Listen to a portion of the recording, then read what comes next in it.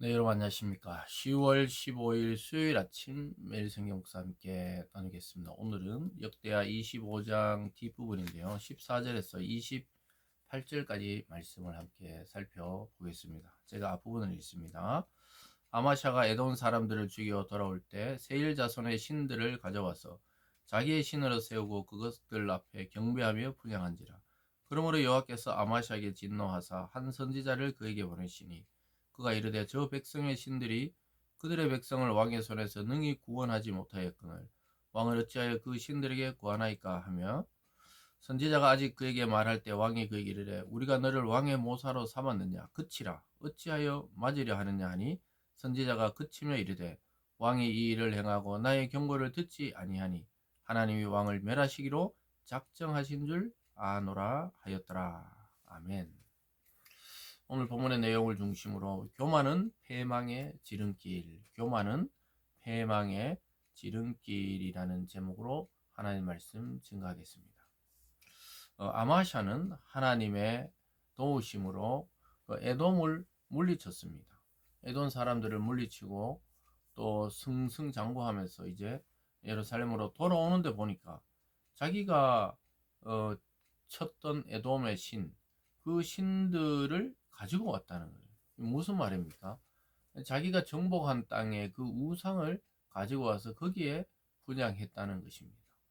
그랬을 때 하나님이 한 선지자를 보내어서 그를 책망하는데 그 책망을 듣지 않는 것을 보게 됩니다. 아주 놀라운 일이죠.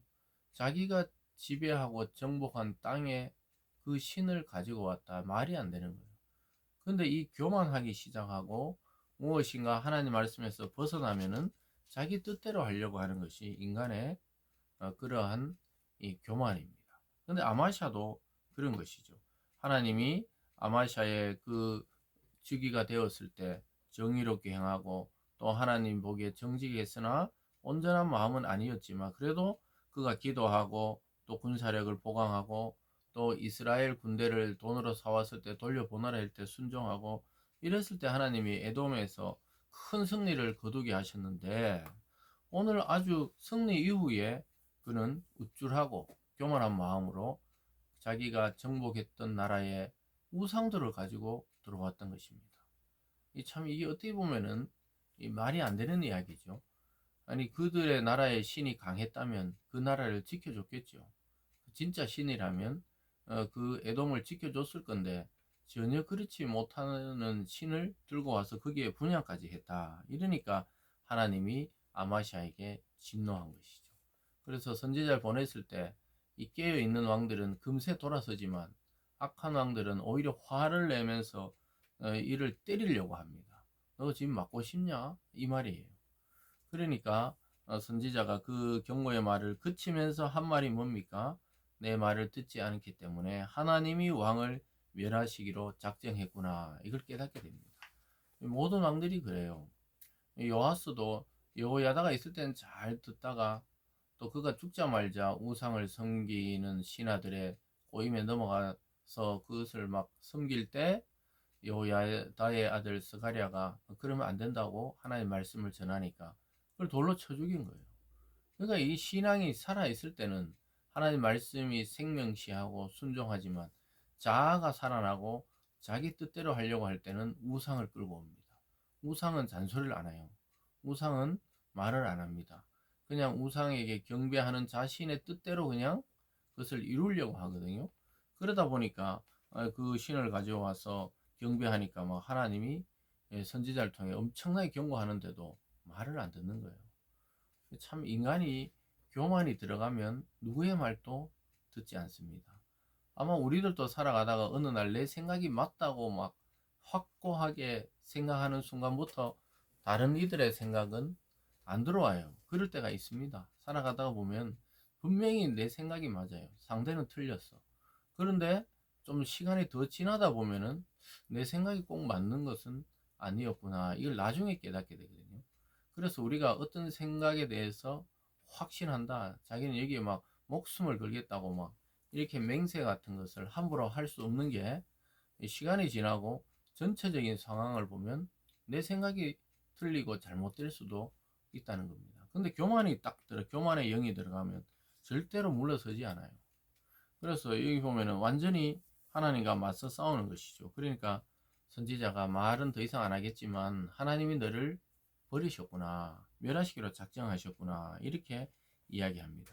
더 나가서 아마샤는 자기가 약할 때는 이스라엘 군대를 사왔는데 에돔을 치고 나니까 너무 교만해져 가지고 북이스라엘을 또 치러 가는 것을 보게 됩니다. 오히려 북이스라엘 왕이 아니, 서로 이러지 마라 말리는데도 가서 붙자고 이야기하는 것을 보게 됩니다. 17절에 유다왕 아마샤가 상의하고 예후의 손자 여호아하스의 아들 이스라엘 왕 요아스에게 사신을 보내 이르되 오라 서로 대면하자 한지라. 이 이스라엘 왕 요아스가 유다 왕 아마샤에게 사람을 보내 이르되 레바논 가시나무가 레바논 백향목에게 전가를 보내 이르기를 내 딸을 내 아들에게 주어 아내로 삼게 하라 하였더니 레바논 들짐승이 지나가다가 그 가시나무를 짓밟았느니라. 내가 에돔 사람을 쳤다고 내 마음이 교만하여 자긍하는도다. 내 궁에나 있으라. 어찌하여 화를 자초하여 너와 유다가 함께 망하고자 하느냐 하나 아마샤가 듣지 아니하니 이는 하나님께로 말미암은 것이라. 그들이 에돔의 신들에게 고했으므로 그 대적의 손에 넘기려 하심이더라. 이 전반적인 사건을 보면요, 앞에서는 우상을 끌고 왔고 또 에돔을 쳤는데 뭐 북이스라엘쯤이야 아무것도 아니라 생각하고 유다의 병사들을 이끌고 싸우러 갔어요.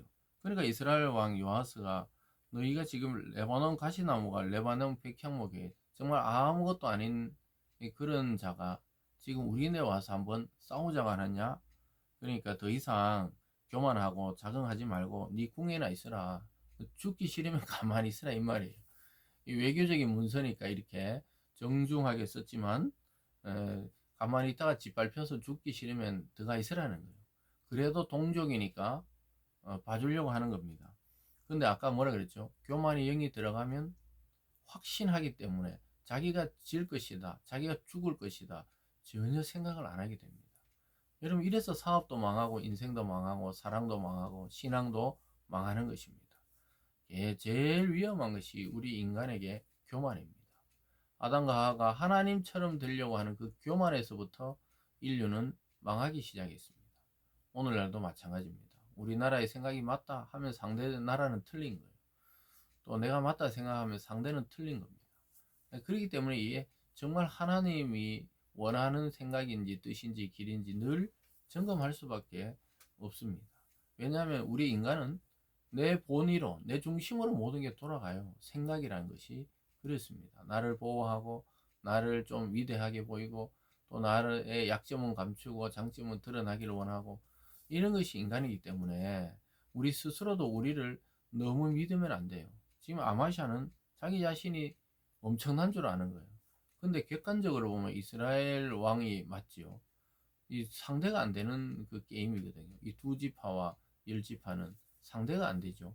그런데 계속 그러니까 왜 이렇게 달려들까 봤더니 아까 우리가 읽었던 20절 중간에 하나님께로 말미암은 것이라. 왜냐하면 에돔의 신들을 가지고 왔는 그 죄값, 아까 선지자가 경고한 일이 오늘 일어나는 겁니다. 하나님께서 그를 멸하시기로 작정했기 때문이에요.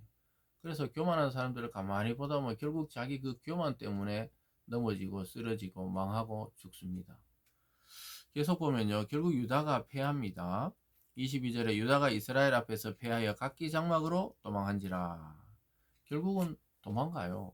그러니까 현실을 이제야 깨닫게 되고 요아스도 23절에 이스라엘 왕 요아스가 베세메스에서 여호아하스의 손자 요아스의 아들 유다 왕 아마샤를 사로잡고 예루살렘에 이르러 예루살렘 성벽을 에브라임 문에서부터 성 모퉁이까지 400규빗을 헐고 이렇게 말하고 있습니다. 왕을 사로잡아서 예루살렘까지 가서 그냥 그 성전 벽을 400규빗이나 쫙 헐어버려요. 경고를 주는 거예요. 더 이상 맞설려고 하지 말고 그 궁에 있으라는 것이죠. 그리고 뭐 온갖 재물을 빼앗아서 다시 사마리아 즉 북이스라엘 수도로 돌아가게 됩니다. 25절에 가보면요, 이스라엘 왕 요아스의 아들 요아스가 죽은 후에도 유다 왕 요아스의 아들 아마샤가 15년간 생존하였더라. 그래서 전쟁 이후에 15년간 생존했지만 그는 어떻게 됩니까? 26절에 아마샤 이외에 처음부터 끝까지 행적은 유다 이스라엘 열왕기에 기록되지 아니하였느냐. 아마샤가 돌아서서 여호와를 버린 후부터 예루살렘의 무리가 그를 반역하였으므로 그가 라기스로 도망하였더니 반역한 무리가 사람을 라기스로 따라보내어 그를 거기서 죽이게 하고. 사랑하는 여러분, 그리고 하나님께 반역한 자는 또 다른 인간 반역자들에게 처형을 당하고 암살을 당했던 것을 오늘 보게 됩니다. 그래서 그의 시체를 말에 실어서 그의 조상들과 함께 유다 성읍에 장사했다 하는 것으로 아마샤의 인생은 끝이 납니다. 여러분, 교만은 패망의 지름길입니다. 그래서 우리가 겸손은 하나님의 나라를 보게 하고 하나님을 보는 존재가 되어지만, 교만은 자기밖에 안 보여요.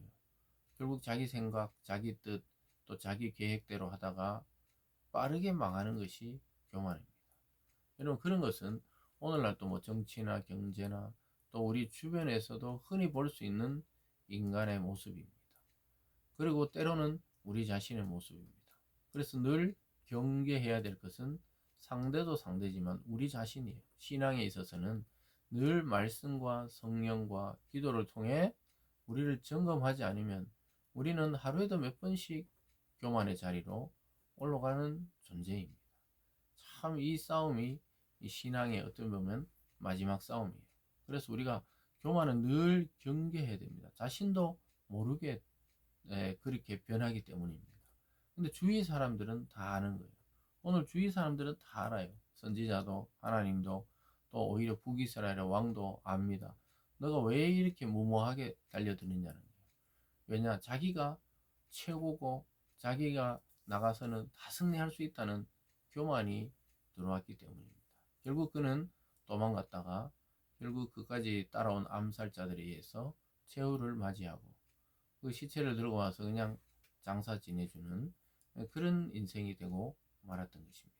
사랑하는 여러분, 오늘 말씀을 통해 우리가 늘 성공 이후에, 여기 보면 승리 이후에 이런 일이 일어났어요. 성공 이후에, 승리 이후에, 또 좋은 열매를 맺은 이후에 잘 자기의 마음과 신앙을 관리해서 부패하지 아니하고 하나님 앞에 늘 신선한 신앙으로 나아갈 수 있는 우리들이 되기를 원합니다. 기도하겠습니다. 사랑의 하나님 아버지, 감사드립니다. 참 인간의 교만은 첫사람부터 지금까지 이어지고 있습니다. 하나님, 우리들도 하나님을 믿는 하나님의 자녀들이지만 늘 이 교만을 경계하게 하여 주시고 자기 자신을 너무 믿지 말고 하나님을 믿는 믿음을 우리에게 허락하여 주시옵소서. 그래서 교만이 아니라 겸손함으로, 섬김으로 세상을 변화시키며 또 우리 주님처럼 사랑으로 사람을 대해서 복음을 증거할 수 있는 믿음의 사람들 다 되게 하여 주시옵소서. 감사드리며 예수님 이름으로 기도드리옵나이다. 아멘.